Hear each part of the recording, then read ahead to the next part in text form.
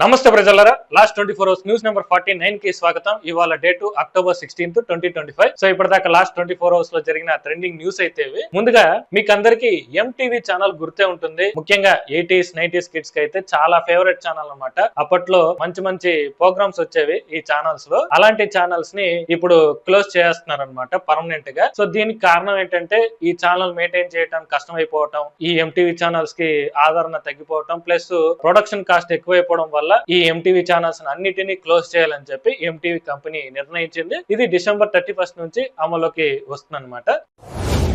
Next బెంగళూరులో PVR INOX ఒక కొత్త థియేటర్ ని లాంచ్ చేసింది. అదే రెస్టారెంట్ ఇన్ థియేటర్. మామూలుగా మనం రెస్టారెంట్ కి వెళ్ళి ఏ విధంగా నచ్చిన ఫుడ్ ఆర్డర్ చేసుకొని భుజిస్తామో ఆ విధంగా ఈ పీవీఆర్ ఐనాక్స్ లో నచ్చిన ఫుడ్ ఆర్డర్ చేసుకొని తినొచ్చు. కాకపోతే మనం ఏదో అనుకున్నట్టు బిర్యానీలు, చికెన్ పప్పర్, బటర్ నాన్లు, చిల్లీ చికెన్లు ఇలాంటివి సర్వ్ చేయరు అనమాట. Only burger, sandwich, Maggi noodles ఇలాంటివి మాత్రమే సర్వ్ చేస్తారు. ఇది వచ్చి బెంగళూరులోని ఎలక్ట్రానిక్ సిటీలో M5 సిటీ మాల్ లో ఓపెన్ చేశారనమాట. సో ఇంకా సిట్టింగ్ ప్రైజెస్ విషయానికి వచ్చేసి 2 సీటర్ కి అయితే 490, 4 సీటర్ కి అయితే 990 రూపీస్ అనమాట. సో ఆల్రెడీ ఎవరన్నా ఈ థియేటర్స్ కి వెళ్ళి ఉంటే ఆ ఎక్స్పీరియన్స్ ఎలా ఉందనేది కామెంట్ చేయండి.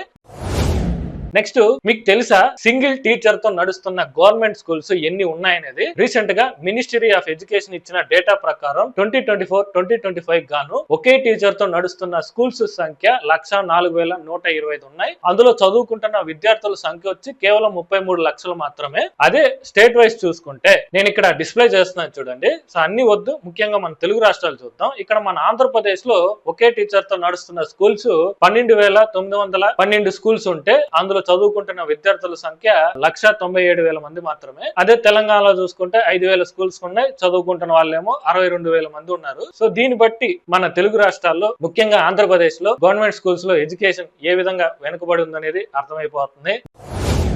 నెక్స్ట్ తమిళనాడు ప్రభుత్వం ఒక సంచలన నిర్ణయం తీసుకుంది. హిందీ భాషకి వ్యతిరేకంగా రాష్ట్ర వ్యాప్తంగా హిందీ లాంగ్వేజ్ ని, హిందీ మూవీస్ ని, హిందీ సాంగ్స్ ని, అలాగే హిందీ బోర్డింగ్స్ ను కూడా బ్యాన్ చేయాలని చెప్పి అసెంబ్లీలో ఒక బిల్ ని ప్రవేశపెట్టింది అనమాట తమిళనాడు ప్రభుత్వం. సో ఒకవేళ ఈ బిల్లు గాని పాస్ అయితే తమిళనాడులో ఇంకా హిందీ అనేది కనిపించదు అనమాట. సో చూడాలి ఏం జరుగుతుంది అనేది. నెక్స్ట్ జపాన్ ప్రభుత్వం అదిరిపోయే గుడ్ న్యూస్ తీసుకొచ్చింది.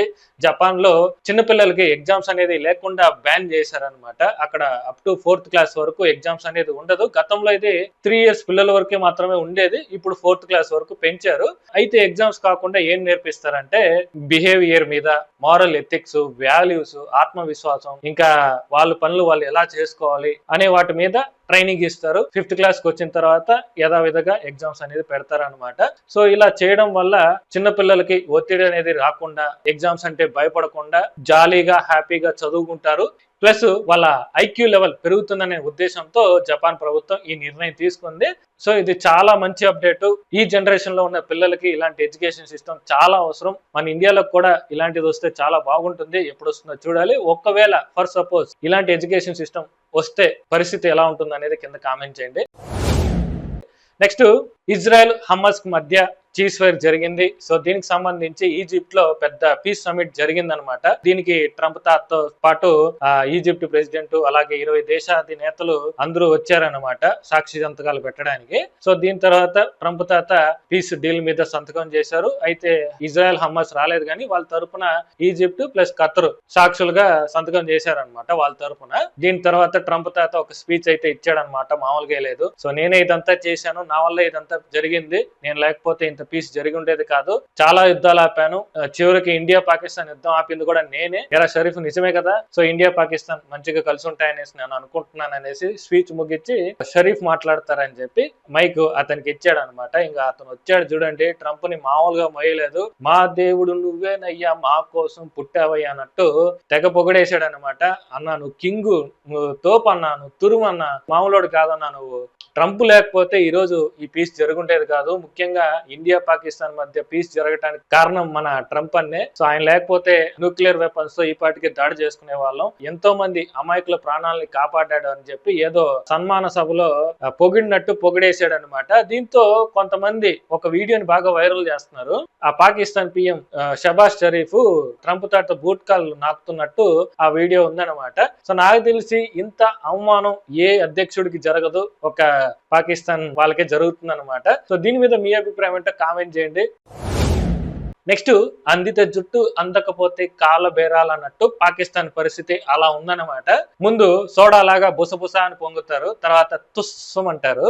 సో ఇది ఆల్రెడీ ప్రూవ్ అయింది. ఆపరేషన్ సింధు జరిగినప్పుడు అప్పుడు కూడా ఇలాగే జరిగింది. సో ఇప్పుడు ఆఫ్ఘనిస్తాన్ విషయంలో కూడా సేమ్ మళ్ళీ రిపీట్ అయింది అనమాట. గత 4 రోజుల క్రితం పాకిస్తాన్ ఆఫ్ఘనిస్తాన్ తాలిబాన్ టార్గెట్ చేసుకుని వాళ్ళ మీద దాడి చేయటం, తిరిగి ఆఫ్ఘనిస్తాన్ కూడా పాకిస్తాన్ మీద దాడి చేయటంతో పాకిస్తాన్ కి చెందిన 58 మంది సైనికులు మరణించారు. ఆఫ్ఘనిస్తాన్ కి చెందిన ఒక 40 మంది సైనికులు చనిపోయారు. అలాగే అమాయకులు కూడా మరణించారు అనమాట. ఇంతటితో కాకుండా మళ్ళీ పాకిస్తాన్ దాడి చేయటం, ఆఫ్ఘనిస్తాన్ చేయడం, ఇలా కొట్టుకుంటూనే ఉన్నారు. సో ఈ మధ్యలో పాకిస్తాన్ పరువు పోయే పని ఒకటి జరిగింది అనమాట. చాలా కామెడీ ట్రాజడీ అది. ఇలా కొట్టుకుంటున్న మధ్యలో ఆఫ్ఘనిస్తాన్ సైనికులు ఏం చేశారంటే పాకిస్తాన్ లోకి చొరబడి అక్కడున్న మిలిటరీ ట్యాంకర్స్ అన్ని ఎత్తుకొచ్చేసారు అనమాట. మరి ఇంత వీకెండ్ రా బాబు మీరు, పైకేమో రారా చూసుకుందాం నీ పతాపం నా పతాపం అంటారు, వచ్చిన తర్వాత ఏమో అలా వద్దన్నా వదిలేయండి అన్న అనేసి కాలబేరానికి వస్తారనమాట. సో ఈ ట్రాజడీ, ఈ కామెడీ ట్రాజడీ జరిగిన తర్వాత పాకిస్తాన్ కాలబేరానికి వచ్చిందని చెప్పి ఆఫ్ఘనిస్తాన్ వాళ్ళు సోషల్ మీడియాలో ప్రకటించారు. సో తర్వాత గొడవలు ఏం వద్దు, చీస్ఫైర్ చేసుకుందాం అని చెప్పి పాకిస్తాన్ కాలబేరానికి వచ్చిందంట. సో ఇది వాళ్ళ బ్లడ్. ముందు బుసబుసా అని పొంగుతారు, తర్వాత తుస్సమంటారు అనమాట. సో ఆఫ్ఘనిస్తాన్ అలాగే పాకిస్తాన్ చీజ్ ఫైర్ ప్రకటించాయి. టెంపరీగానే యుద్ధాన్ని ఆపుకున్నారు. భవిష్యత్తులో మళ్ళీ కొట్టుకుంటారా లేదా అనేది చూడాలి. సో దీని మీద మీ అభిప్రాయం అంటే కామెంట్ చేయండి. సో అదనమాట లాస్ట్ 24 hours లో జరిగిన ట్రెండింగ్ న్యూస్ అయితే. హోప్ మీకు వీడియో నచ్చిందని అనుకుంటాను. నచ్చితే ఒక లైక్ చేయండి. ఇలాంటి అప్డేట్స్ కోసం పగడాల జంక్షన్ ఛానల్ ను సబ్స్క్రైబ్ చేసుకోండి. రేపు మరో కొత్త వీడియోతో మళ్ళీ కలుద్దాం.